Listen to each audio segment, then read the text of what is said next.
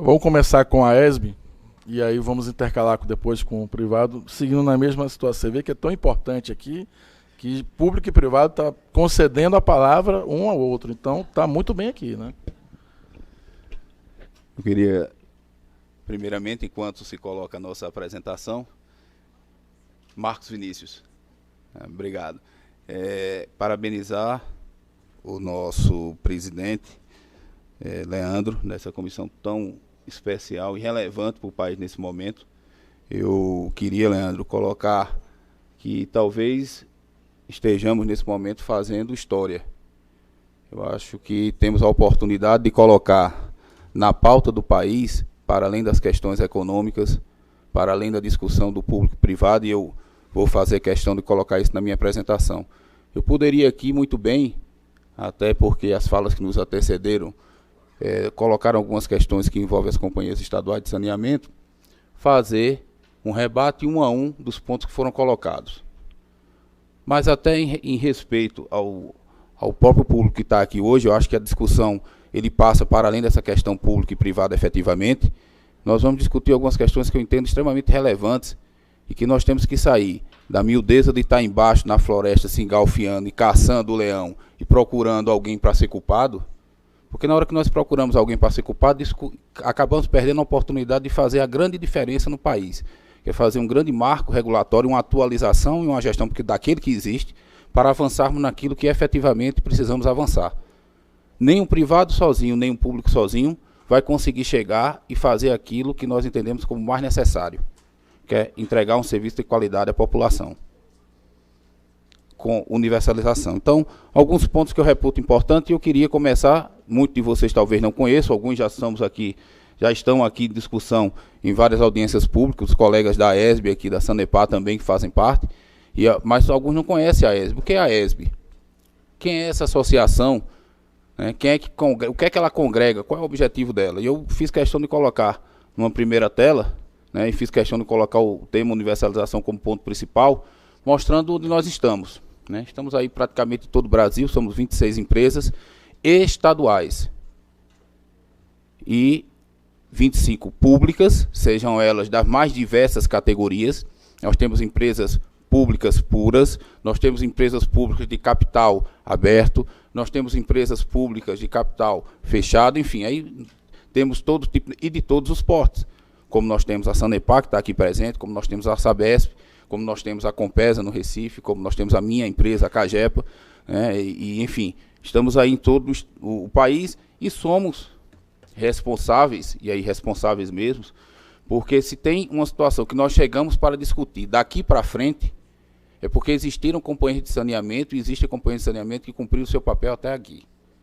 Precisamos avançar? Precisamos, porque a velocidade ela se faz necessária para atuar e ter liberdade de atuação e encontrar o melhor modelo, porque na hora que nós engessamos, que só pode ser com A, com B ou com C, efetivamente nós deixamos de ter a grande vantagem competitiva que esse país tem, que é utilizar as diferenças como vantagem competitiva para buscarmos a melhor solução para nós, uma solução brasileira. Não precisamos copiar de fora. Nós temos capacidade técnica instalada no setor privado, no setor público, nas companhias de saneamento, no governo, para fazer o melhor PL, a melhor norma. Mas se essa norma não estiver imbuída daquilo que nós discutimos, e tem uma coisa que eu aprendi, que muitas vezes assim, a discussão ela tem que ser feita. O antagonismo tem que existir para a gente encontrar, talvez, uma linha que eu não esteja vendo, que o setor privado não esteja vendo, que os municípios não estejam vendo. Mas se nós não entrarmos com um propósito único, apenas divergindo quanto aos meios, nós podemos quebrar o vaso e não temos como colá-lo depois. E essas arestas vão se refletir na prestação de serviço para a população. E aí eu vou citar um exemplo da minha cidade e do meu estado. Eu sou presidente de uma companhia que passou 10 anos dando prejuízo. Ela é o 4º ano que dá lucro e hoje todo o recurso é investido. Foram 109 milhões no ano passado. E nós vamos buscar, assim, a universalização. A gente tem, tanto no ranking do Trata Brasil, como no ranking da ABS, em cidades como João Pessoa e Campina, que estão no topo. Campina tem 23%, por exemplo, de perda, 90% de cobertura de esgoto, 100% de cobertura de água. Então, são situações, e nós temos também algum dever de casa para fazer. Então, o primeiro passo que nós temos que colocar de forma muito tranquila, enquanto associada, é que simples leituras que estão sendo colocadas não podem ser vistas como simplesmente procurar um culpado ou responsável para...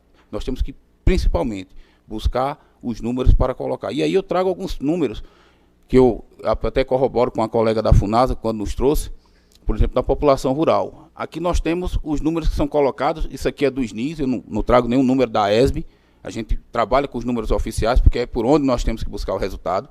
E nós temos aí, por exemplo, a questão da diferença de esgoto e da água, né, onde nós temos a população atendida. São números que estão postos no início de 2017. E aquelas que não são atendidas. E percebam, e por isso que eu faço questão de corroborar com a colega da FUNASA que nos falou agora há pouco, que, por exemplo, nós temos 30 milhões ali, ó, de pessoas de diferença em relação à questão do esgotamento, que nós não conseguimos atender pela prestadora urbana de saneamento, seja ela pública ou seja ela privada. Está ali o déficit de 102 para 72, entre quando a gente pega só o urbano e o urbano mais rural. São dados do SNIS, não são dados da ESB. Então, essa população, como é que ela vai ser atendida? Eles têm o mesmo direito. Então, são números que nós trazemos e nós temos um outro número de oportunidades que nós temos aqui. Simplesmente, quando se fala em blocos, e foi falado em blocos aqui, no Paraná não cabe, talvez na Paraíba também não caiba. Porque, por exemplo, nós temos lá, só de 10 anos para cá, foram construídos 1.600 quilômetros de adutora. Nós temos cidades que nós temos toda a estrutura instalada e não conseguimos botar água porque não tem água, porque tem 8 anos de seca. São realidades diferentes que é bom que a gente coloque, porque não é um simples trazer recurso de fora que resolve. Ela tem que ter um ambiente extremamente regulado, uma segurança jurídica muito clara e, principalmente, a expertise instalada para ser complementada, ajustada e somada. É essa a posição da ESB hoje. Nós precisamos avançar? Precisamos. Os números estão aí, ninguém vai discutir número. Eu não estou trazendo número aqui para fazer defesa. Agora, aquilo que foi construído, esse déficit aí, poderia ser maior se não tivesse as empresas estaduais atuando. É isso que a gente coloca de forma muito clara e transparente. Então, para mim, não cabe o deslocamento e me deixa muito triste simplesmente uma leitura que foi feita em determinado meio de comunicação de um número de 2010 para 2017, onde se compara, quando, por exemplo, não se olha, por exemplo, a questão dos produtos químicos, que talvez em determinadas companhias são um segundo insumo, que nós temos problema, inclusive, seja ele público ou seja privado, para resolver. Eu estou fazendo uma licitação que tem um aumento de 36%, eu mandei parar a licitação. Porque só tem um fornecedor no Nordeste. Então, como é que nós vamos ampliar a eficiência, e aí, privado e público, eu não estou falando para a companhia Cagepa. Se você for na Compesa, talvez tenhamos esse mesmo problema. Se nós formos à Embasa, quais são os métodos? Agora, colocar uma rigidez numa norma que não permita o município e o Estado, dentro daquilo que prevê as zonas integradas, porque, por exemplo, nós estamos fazendo uma adutora agora de 188 quilômetros. O último município na ponta chama-se Frei Martinho. Quem quiser pode olhar aí a quantidade de municípios que tem. Não passa de 4 mil habitantes. Sabe quanto é essa adutora? 190 milhões de reais. Custeadas com...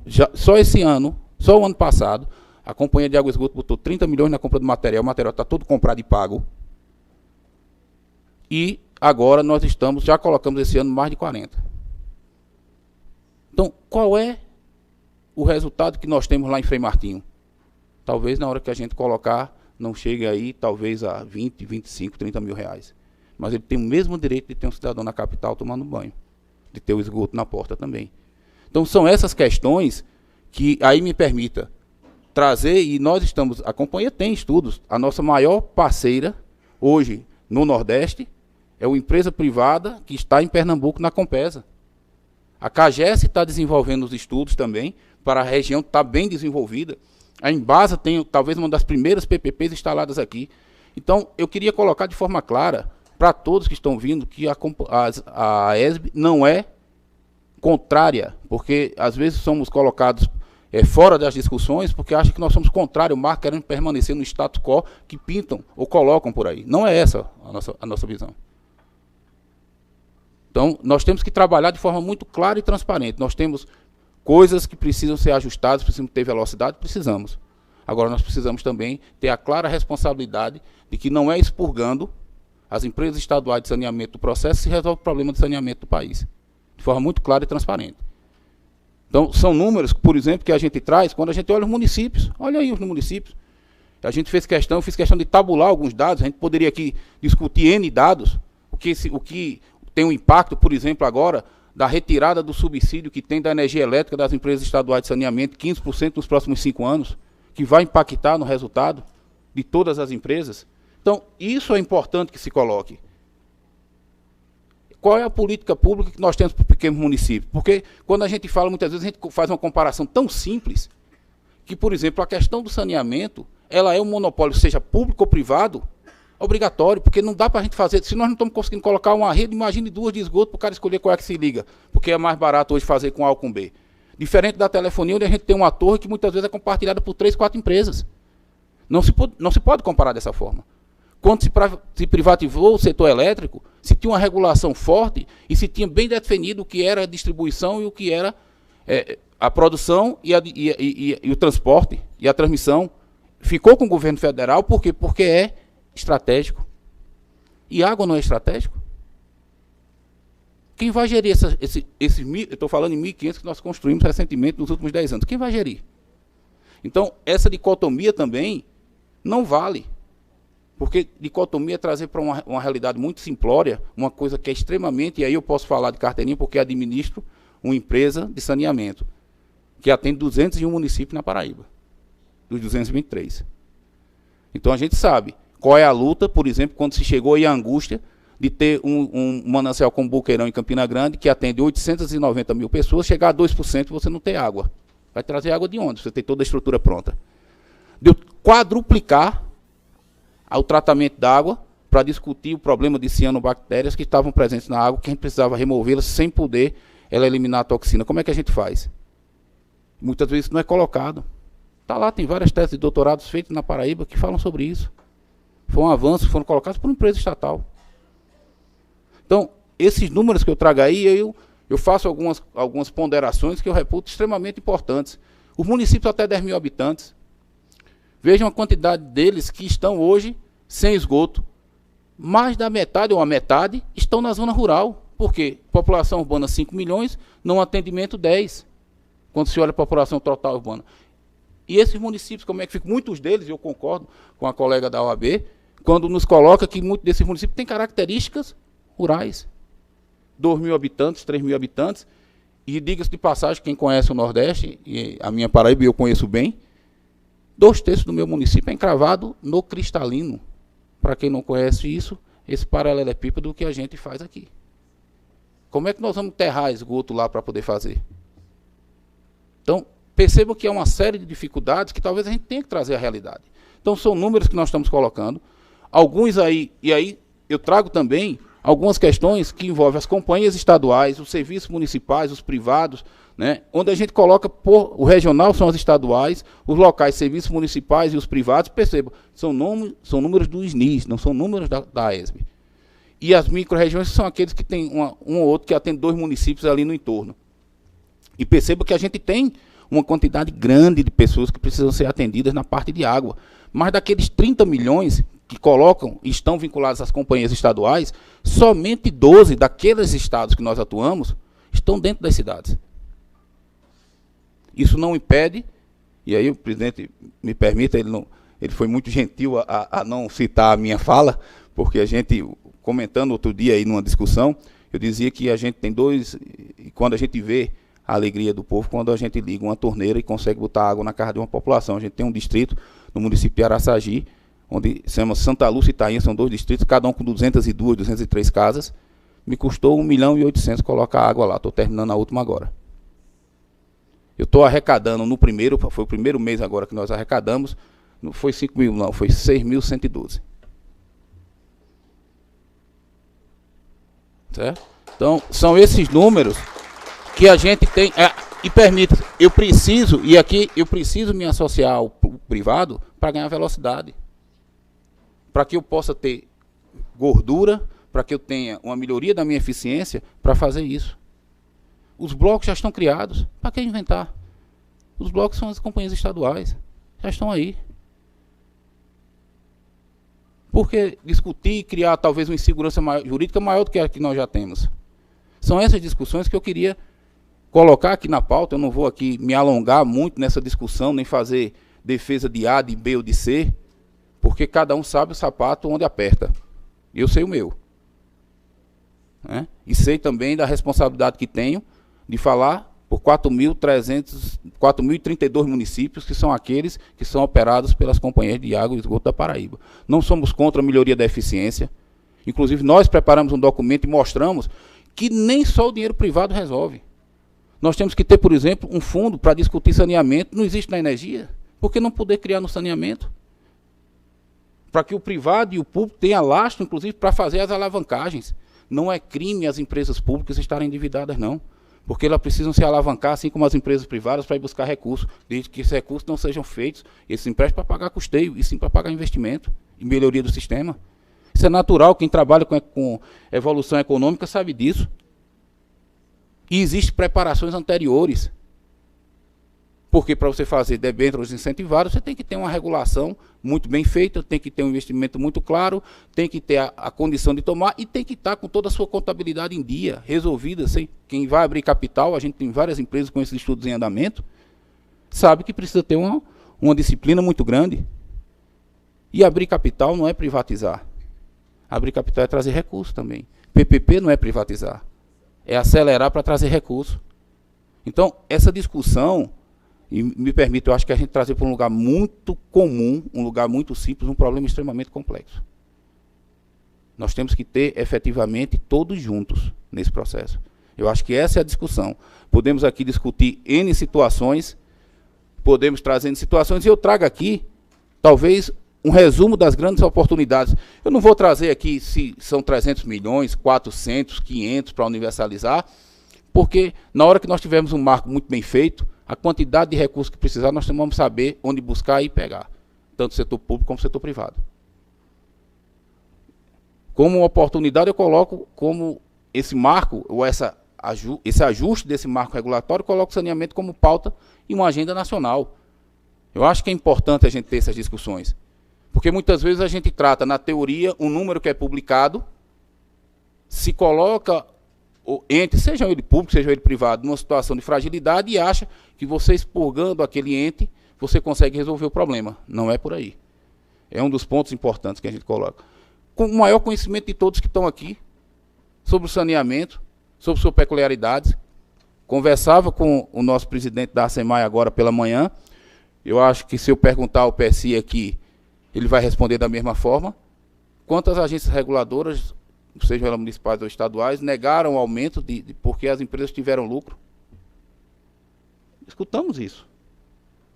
Escutamos isso. Será que nós precisamos ter uma regra talvez mais clara? Talvez não vinculativa, que impeça a gente, que na hora que a gente cria muita amarra, em vez de nós resolvermos o problema, criamos outro. Discussão do marco legal existente. Então, nós necessitamos, para além da questão do marco legal, de uma política pública efetiva para o saneamento. De um fundo que permita fazer esse lastro, de alguns incentivos, né, de natureza fiscal que permita a gente avançar, de aproveitar essas discussões e, em vez de criarmos e quebrarmos o vaso ou a oportunidade de ouro onde a gente não vai mais juntar os cacos, não vai conseguir mais juntar, por que não fazer uma discussão mais ampla? Discussão mais ampla entre setor público e setor privado. Tá? É uma oportunidade ímpar para que a gente coloque. Discussão sobre as fontes de investimento e a desburocratização de outras. É importante que a gente coloque isso. É importante que a gente traga. Os aspectos da regulação eu não vou nem entrar em um por um, porque senão a gente passa aqui à tarde discutindo. Melhoria dos processos existentes. Tanto o setor privado tem muito a aprender conosco, como nós temos muito a aprender com o setor privado. Por que a discussão? Por que o antagonismo? Eu acho que nesse momento, simplesmente, porque se uma questão de saneamento fosse fácil de resolver, a gente não estaria discutindo o marco regulatório aqui. Não estaria. De forma muito tranquila. Nós temos áreas que nós estamos há quase 1 ano e meio tentando desapropriar com toda a rede pronta para poder fazer efetivamente a estação de tratamento de esgoto numa praia localizada no município vizinho de João Pessoa. Está hoje o meu diretor discutindo com o INCRA uma seção dessa área. Porque em virtude de outros fatores que não cabe aqui a gente discutir, nós não conseguimos avançar com esse processo de apropriação há 1 ano e meio, 2 anos. Como é que nós ficamos? Essa é a realidade, é o chão de fábrica. Do jeito que nós precisamos desapropriar, e olhe que há o interesse público, porque é o Estado da Paraíba que está desapropriando, não é a companhia, existe também as questões, o privado também vai precisar de terreno privado para poder implantar a sua estação de tratamento. E nós temos o mesmo problema comum. Então, por que criar briga e criar antagonismo quando nós temos problemas comuns a resolver? E aí eu concordo, a questão dos contratos de programa, não vou entrar aqui no mérito se precisa ser melhorado, se precisa com TA, com TB, isso existe uma legislação, precisamos avançar em determinadas questões, mas como é que nós podemos fazer estabelecer métodos se nem, muitas vezes, os municípios têm seus planos de saneamento aprovados?